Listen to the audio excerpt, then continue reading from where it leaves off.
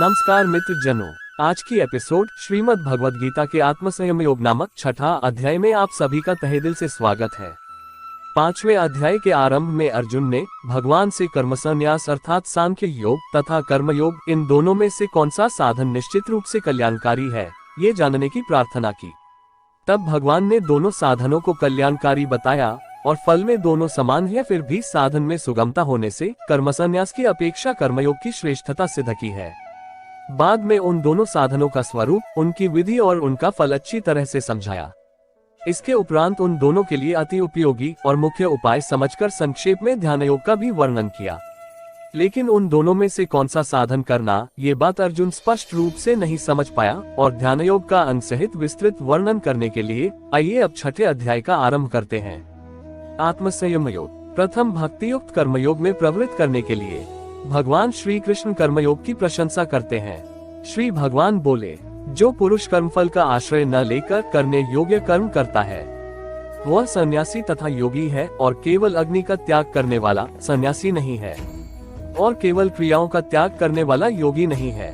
हे अर्जुन, जिसको सन्यास ऐसा कहते हैं उसी को तू योग जान, क्योंकि संकल्पों का त्याग न करने वाला कोई भी पुरुष योगी नहीं होता। योग में आरूढ़ होने की इच्छा वाले मननशील पुरुष के लिए योग की प्राप्ति में निष्काम भाव से कर्म करना ही हेतु कहा जाता है, और योगारूढ़ हो जाने पर उस योगारूढ़ पुरुष का जो सर्व संकल्पों का अभाव है वही कल्याण में हेतु कहा जाता है, जिस काल में न तो इंद्रियों के भोगों में और न कर्मों में ही आसक्त होता है। उस काल में सर्व संकल्पों का त्यागी पुरुष योगारूढ़ कहा जाता है। अपने द्वारा अपना संसार समुद्र से उद्धार करे और अपने को अधोगति में न डाले, क्योंकि यह मनुष्य आप ही तो अपना मित्र है और आप ही अपना शत्रु है। जिस जीवात्मा द्वारा मन और इंद्रियों सहित शरीर जीता हुआ है उस जीवात्मा का तो वह आप ही मित्र है, और जिसके द्वारा मन तथा इंद्रियों सहित शरीर नहीं जीता गया है उसके लिए वह आप ही शत्रु के सदृश शत्रुता में बरतता है।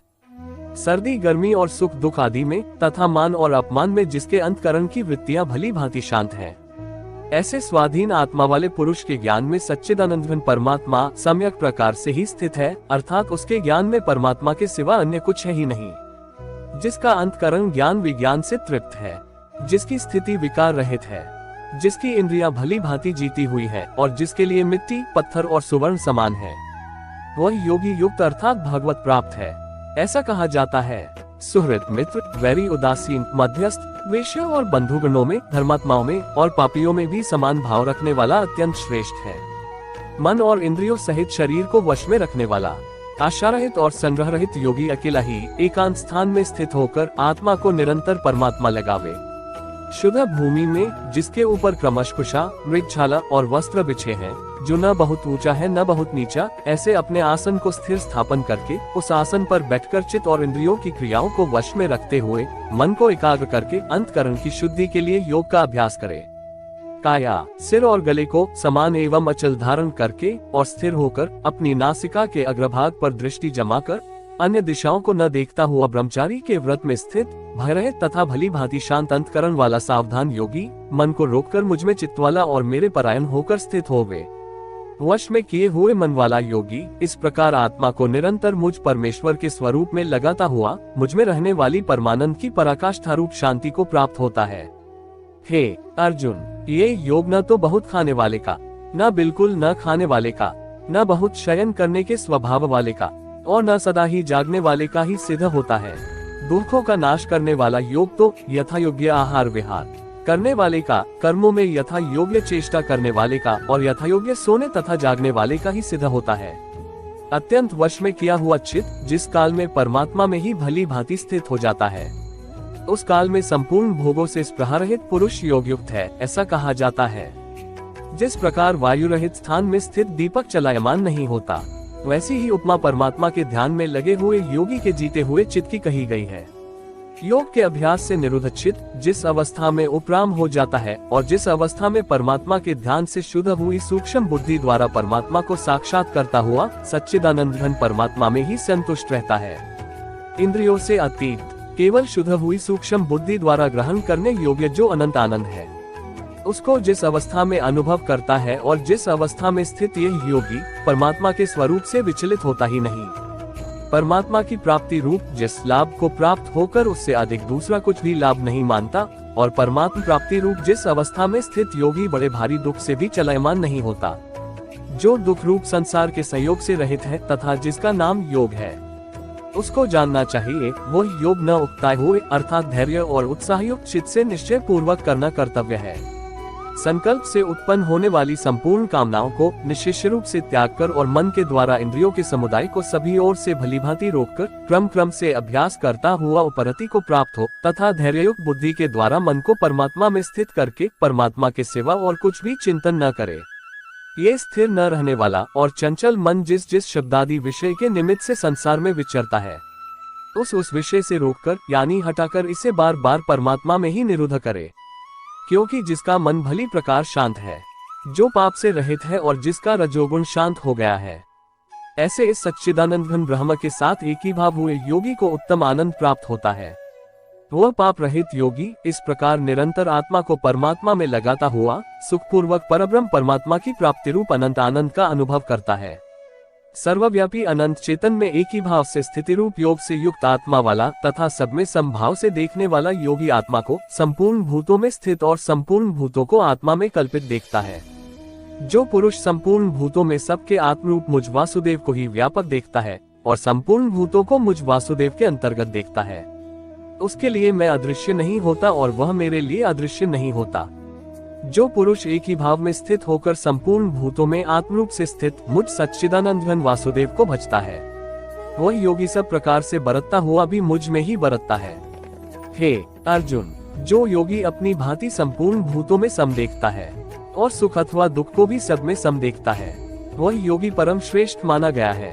अर्जुन बोले, हे मधुसूदन, जो ये योग आपने संभाव से कहा है, मन के चंचल होने से मैं इसकी नित्य स्थिति को नहीं देखता हूँ, क्योंकि हे श्री कृष्ण, यह मन बड़ा चंचल प्रमथन स्वभाव वाला बड़ा दृढ़ और बलवान है, इसलिए उसका वश में करना मैं वायु को रोकने की भांति अत्यंत दुष्कर मानता हूँ। श्री भगवान बोले, हे महाबाहो, निसंदेह मन चंचल और कठिनता से वश में होने वाला है, परंतु हे कुंती पुत्र अर्जुन, यह अभ्यास और वैराग्य से वश में होता है, जिसका मन वश में किया हुआ नहीं है। ऐसे पुरुष द्वारा योग दुष्प्राप्य है और वश में किए हुए मन वाले प्रयत्नशील पुरुष द्वारा साधन से उसका प्राप्त होना सहज है, यह मेरा मत है।